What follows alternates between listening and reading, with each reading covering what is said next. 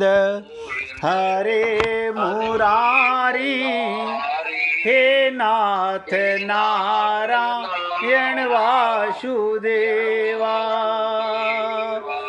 श्री कृष्ण गोविंद हरे मुरारी, हे नाथ नारायण वासुदेवा। श्री कृष्ण गोविंद हरे मुरारी, हे नाथ नारायण वासुदेवा। श्री कृष्ण गोविंद हरे मुरारी, हे नाथ नारायण वासुदेवा। हे नाथ नारायण वासुदेवा। आप सभी पुण्य आत्मा पूरी एकाग्रचित होकर, जैसा आपसे निवेदन किया गया, मन बुद्धि को श्रोता मत बनाइए। हम संसार को तो बुद्धि से जान सकते हैं, परमात्मा का प्रेमामृत मन बुद्धि में नहीं आता। क्यों? क्योंकि ये मन बुद्धि माइक हैं।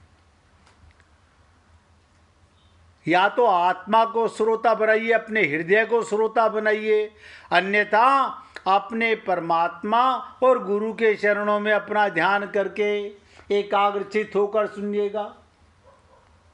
तो मैंने आपको बताया, धर्म क्षेत्रे कुरुक्षेत्रे पदों में धृतराष्ट्र का अभिप्राय है, ये अपने कुरुवंशियों की भूमि, ये केवल लड़ाई की भूमि नहीं, तीर्थ भूमि भी है, जिसमें प्राणी जीते जी पवित्र कर्म करके अपना कल्याण कर सकते हैं। इस तरह लौकिक और पारलौकिक सब तरह का लाभ हो जाए, ऐसा विचार करके एवं श्रेष्ठ पुरुषों की सम्मति लेकर ही युद्ध के लिए ये भूमि चुनी गई। इस भूमि का चुनाव भी ऐसे नहीं हुआ था, श्रेष्ठ पुरुषों की सम्मति लेकर के यहाँ पर युद्ध के लिए चुना गया था। आप ध्यान से समझें, संसार में प्राय 3 बातों को लेकर लड़ाई होती है। अगर शुरुआत गहराई से समझ आएगी तो आगे का एक एक श्लोक हृदय में आने लगेगा। संसार में आप सब लोग जानते हैं कि 3 बातों को लेकर लड़ाई होती है, या तो भूमि को लेकर, या धन को लेकर, या स्त्री को लेकर। इन तीनों में भी राजाओं का आपस में लड़ना जमीन को लेकर होता है। क्यों? क्योंकि दुर्योधन ने मना कर दिया कमिटमेंट के हिसाब से कि मैं 50% भूमि राज्य की आपको सौंप दूंगा। जमीन को लेकर युद्ध हुआ। यहाँ कुरुक्षेत्र पद देने का तात्पर्य भी जमीन को लेकर लड़ने में है। कुरुवंश में धृतराष्ट्र और पांडु के पुत्र सब एक हो जाते हैं। कुरुवंश के अंदर क्या मतलब, कौरव भी आते हैं, पांडव भी आते हैं। कुरुवंशी होने से दोनों का कुरुक्षेत्र में अर्थात राजा कुरु की जमीन पर समान हक लगता है। युद्ध क्षेत्र पर भी दोनों का बराबर हक है। इसलिए कौरवों द्वारा पांडवों को उनकी जमीन ना देने के कारण दोनों जमीन के लिए लड़ाई करने आए हुए हैं। और आप लोग जानते होंगे, समझते होंगे कि संसार में भी युद्ध जो हो रहा है इन 3 कारणों से ही होता है। यद्यपि अपनी भूमि होने के कारण दोनों के लिए कुरुक्षेत्र पद देना युक्ति संगत, न्याय संगत है। हमारी समानत वैदिक संस्कृति ऐसी विलक्षण है कि कोई भी कार्य करना होता है वो धर्म को सामने रखकर किया जाता है। युद्ध जैसा कार्य भी धर्म भूमि तीर्थ भूमि में ही करते हैं, जिसमें युद्ध में मरने वालों का उद्धार हो जाए। आप सोचिए इन्होंने ये धर्म भूमि क्यों चुनी? क्योंकि ये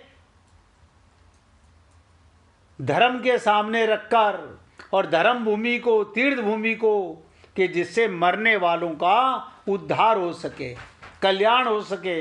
अतः यहाँ कुरुक्षेत्र के साथ धर्म क्षेत्र पद आया है। यहाँ आरंभ में धर्म पद से एक और बात भी मालूम होती है। अगर आरंभ में धर्म पदों से धर लिया जाए और 18वें अध्याय के अंतिम श्लोक में मम पदों से, ध्यान दीजिएगा, मैं लिया जाए तो धर्म शब्द बन जाता है। यानी संपूर्ण गीता धर्म के अंतर्गत है। पूरी गीता धर्म के अंतर्गत है। भगवान धर्म से बाहर कोई बात नहीं कर रहे। अर्थात धर्म का पालन करने से गीता के सिद्धांतों का पालन हो जाता है और गीता के सिद्धांतों के अनुसार कर्तव्य कर्म करने से धर्म का अनुष्ठान हो जाता है। तो अभी पहले ही शब्दों पर पढ़े हुए हम लोग, धर्म क्षेत्र कुरुक्षेत्र। इन पदों से सभी मनुष्यों को ये शिक्षा लेनी चाहिए, आप हम लोगों को, कि कोई भी काम करना हो वो धर्म को सामने रखकर ही करना चाहिए। प्रत्येक कार्य सबके हित की दृष्टि से ही करना चाहिए, केवल अपने सुख का, आराम का दृष्टि से नहीं। और कर्तव्य अकर्तव्य से विषय में शास्त्र को सामने रखना चाहिए। इसलिए हे पुण्य आत्माओं, तो पहला और दूसरा शब्द था धर्म क्षेत्र कुरुक्षेत्र। ये कौन पूछ रहा है? मैंने आपको बताया, धृतराष्ट्र पूछ रहे हैं संजय से। और क्या कहते हैं? समवेता युत्सवा, राजाओं के द्वारा बार बार संधि का प्रस्ताव रखने पर भी दुर्योधन ने संधि करना स्वीकार नहीं किया। यहाँ तक स्वयं नारायण भगवान श्री कृष्ण भी संधि का प्रस्ताव लेकर गए। भगवान श्री कृष्ण के कहने पर भी ये खुद धृतराष्ट्र कह रहे हैं, मेरे पुत्र दुर्योधन ने स्पष्ट कह दिया कि बिना युद्ध के मैं तीखी सुई की नोक जितनी जमीन भी पांडवों को नहीं दूंगा। अब आप सोचिए, तब मजबूर होकर पांडवों ने भी युद्ध करना स्वीकार किया। इस प्रकार क्या पूछ रहे हैं धृतराष्ट्र?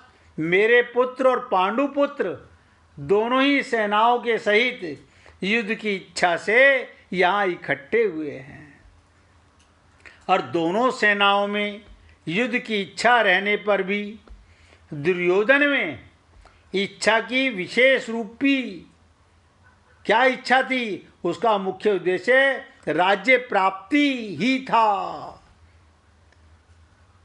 क्यों?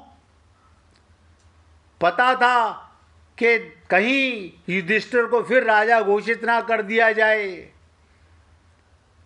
तो मूल चीज थी कि युद्ध के बाद हम विजयी होंगे तो मुझे राज्य की प्राप्ति होगी। वो राज्य प्राप्ति धर्म से हो चाहे अधर्म से हो, न्याय से हो चाहे अन्याय से हो, हमें राज्य मिलना चाहिए, ऐसा दुर्योधन का भाव था। इसलिए विशेष रूप से दुर्योधन का पक्ष ही युत्सु अर्थात युद्ध की इच्छा वाला था। ये जो शब्द आया ना, समवेता युत्स्वा, यानी युद्ध की इच्छा करना किसकी इच्छा थी? सबसे ज्यादा दुर्योधन की इच्छा थी कि बिना युद्ध के मैंने एक सुई की नोक जितनी जगह भी नहीं दूंगा। पांडवों में धर्म की मुख्यता थी। ध्यान से समझिएगा कि शब्द को, पांडवों में धर्म की मुख्यता थी। उनका ऐसा भाव था हम चाहे जैसा जीवन निर्वाह कर लेंगे, पर अपने धर्म में बाधा नहीं आने देंगे, धर्म के विरुद्ध नहीं चलेंगे। इस बात को लेकर महाराज युधिष्ठिर युद्ध नहीं करना चाहते थे। वो कहते थे कोई बात नहीं, हम जैसे चाहे जीवन जी लेंगे, लेकिन हम युद्ध नहीं करना चाहते। परंतु जिस मां की आज्ञा से, ये युद्ध किसकी आज्ञा से हुआ? पांडवों ने किससे आज्ञा ली? अपनी माता कुंती से आज्ञा ली, और उनकी आज्ञा लेने के बाद चारों भाइयों सहित द्रौपदी से विवाह किया था। उस मां की आज्ञा होने के कारण ही महाराज युधिष्ठिर की युद्ध में प्रवृत्ति हुई है, तब इच्छा जाहिर की है माता की आज्ञा के बाद। अब ध्यान दीजिएगा, माता कुंती बड़ी सहिष्णु थी। माता कुंती तो बहुत सहिष्णु थी। कष्ट से बचकर सुख, आराम, राज्य आदि चाहना, ये बात उनके मन में नहीं थी। कुंती राज्य नहीं चाहती थी, कष्ट से नहीं बचना चाहती थी, आराम राज्य की चाहना नहीं थी मन में। वही एक ऐसी विलक्षण माता थी जिसने भगवान से विपत्ति का वरदान मांगा था। इस पूरी सृष्टि में कुंती के अलावा ऐसा कोई नहीं है जो भगवान से विपदा मांगे। आप सोचिए, कुंती ने भगवान श्री कृष्ण से क्या मांगा? विपदा, मुझे दुख दो प्रभु। क्यों? दुख में आपका सुमिरन होता रहता है, सुख में तो संसार का चिंतन होने लगता है, आप विस्मरण में चले जाते हो। आखिर ऐसा क्या कारण था कुंती में? ऐसी क्या विशेषता थी कुंती में? ऐसा क्यों? जब ये बच्ची थी उस समय ये दुर्वासा ऋषि के शिष्या बनी और दुर्वासा ऋषि की सेवा में रही। और दुर्वासा ऋषि आप सब जानते हैं बहुत ही क्रोधित ऋषि थे। तो इनके मन में कोई आज तक सृष्टि में भगवान से विपदा नहीं मांगता, और कुंती ने विपदा मांगी। इससे साफ जाहिर होता है कि कुंती ने सुख सुविधा के लिए, युद्ध के लिए आदेश नहीं दिया अपने पुत्रों को। उसमें सुख लोलुपता नहीं थी, परंतु उसके मन में दो बातों को लेकर बहुत दुख था। क्या दुख था कुंती के मन में? पहली बात, राज्य के लिए कौरव पांडव आपस में लड़ते, चाहे जो करते, पर मेरी प्यारी पुत्र वधू द्रौपदी को इस दुर्योधन आदि दुष्टों ने सभा में नग्न करना चाहा, अपमानित करना चाहा। ऐसी घृणित चेष्टा करना मनुष्यता नहीं है। ये बात माता कुंती को बहुत बुरी लगी। मैंने कहा कुंती के मन में दो बातों को लेकर के, देखिए वो कुंती जो सुख नहीं चाहती, भगवान से विपदा का वरदान मांगती है, लेकिन मन में ऐसा क्यों विचार आया? एक तो दुर्योधन की सबसे बड़े कुकृत्य के लिए कि द्रौपदी का भरी सभा में नग्न करने का प्रयत्न करना, और दूसरी बात सुनिएगा, भगवान श्री कृष्ण पांडवों की ओर से संधि का प्रस्ताव लेकर हस्तिनापुर आए। भगवान श्री कृष्ण पांडवों की ओर से संधि का प्रस्ताव लेकर आए, तो दुर्योधन, दुशासन, कर्ण और शकुनी आदि ने भगवान को पकड़कर कैद करना चाहा। आप सोचिएगा, दूसरी बात क्या थी उसके मन में कि भगवान श्री कृष्ण पांडवों की ओर से संधि का प्रस्ताव लेकर हस्तिनापुर आए तो दुर्योधन, उसका भाई दुशासन और पांडवों का ही बड़ा भाई कर्ण, शकुनी आदि ने भगवान को पकड़कर कैद करना चाहा। इस बात को सुनकर कुंती के मन में ये विचार हुआ, अब इन दुष्टों को, क्या विचार किया, इन दुष्टों को जल्दी ही खत्म करना चाहिए, कारण कि इनके जीते रहने से इनके पाप बढ़ते चले जाएंगे, जिससे इनका बहुत नुकसान होगा। इन्हीं दो कारणों से माता कुंती पांडवों को युद्ध के लिए आज्ञा दी थी। आप सोचिए मेरे भाई कि माता कुंती ने पांडवों को दो अपमान, एक स्त्री का अपमान और दूसरा भगवान का अपमान, यानी ये मूर्ख भगवान के संधि प्रस्ताव को ठुकरा देते कोई बात नहीं थी, लेकिन भगवान को पकड़कर कैद करना चाहा, इससे बहुत आघात पहुंचा कि जिनकी मैं हृदय से पूजा करती हूँ, यानी स्वयं भुआ थी उनकी और अपने भतीजे जानती थी वो, क्योंकि दुर्वासा ऋषि की शिष्या थी कि ये कृष्ण कौन है। आप सोचिए, आप और हम लोग ये सब बातें कितनी गहराई से समझ पाते हैं, कितनी से नहीं समझ पाते हैं, मुझे नहीं पता। मैं तो आपसे निवेदन कर रहा हूँ, गीता के 18 अध्याय के 700 श्लोकों को अगर एक एक शब्द को हृदयंगम करना चाहेंगे तो आप और हम लोग ये सुनते सुनते ही आत्मज्ञान में प्रणीत हो जाएंगे, अपने को देह मानना बंद कर देंगे, देह में रहेंगे, परिवार में रहेंगे, समाज में, संसार में रहेंगे, लेकिन अपने को आत्मा नहीं और अपने साथ नित्य प्राप्त परमात्मा की प्राप्ति का अनुभव, तत्व ज्ञान अपने आप होने लगेगा,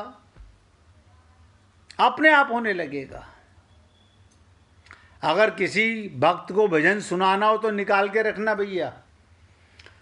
आज भी ये केवल विवाह पंचमी का दिन था तो मैंने प्रार्थना की कि हे प्रभु, कम से कम आज इतना शुभ दिन है, आज के दिन गीता का प्रारंभ तो किया जाए। अभी पहले अध्याय के पहले श्लोक की भी चर्चा पूरी नहीं की है। कल फिर आपके साथ इस पर, क्योंकि अभी बहुत कुछ कहना बाकी है, पहले श्लोक में ही अगर आप गूढ़ ज्ञाता बन गए, आत्मा को श्रोता बना लिया, अपने गुरु और भगवान के चरणों में शरणागत हो गए, तो 700 श्लोक समझने के हम सब अधिकारी हो जाएंगे। इसीलिए पहले श्लोक पर, पहली सीढ़ी पर जितना पैर टिका कर के आगे बढ़ोगे उतना ही सोपान में ऊपर चढ़ पाओगे। हे पुण्य आत्माओं, आज मैं अपने शब्दों को यहाँ विराम दे रहा हूँ और आपसे निवेदन कर रहा हूँ कि देखो, भगवत प्राप्ति कभी कठिन नहीं थी, अभी भी कठिन नहीं है, और आज तो केवल शुरुआत की गई है। अभी कोई एक श्लोक की चर्चा भी पूरी नहीं हुई है। खाली आज श्री गणेश करना था, कल आपके साथ इसी श्लोक पर आगे चर्चा करेंगे। अब राजकुमार जी भजन सुनाना चाहते हैं, उनके मुखारबिंद से भजन सुनिए भैया, सुनाओ भैया। जय गुरुदेव। पकड़ लो हाथ बनवारी, नहीं तो डूब जाएंगे। पकड़ लो हाथ बनवारी, नहीं तो डूब जाएंगे। हमारा कुछ ना बिगड़ेगा, तुम्हारी लाज जाएगी। हमारा कुछ ना बिगड़ेगा, तुम्हारी लाज जाएगी। दरी है पाप की गठरी, हमारे सिर पे ये भारी।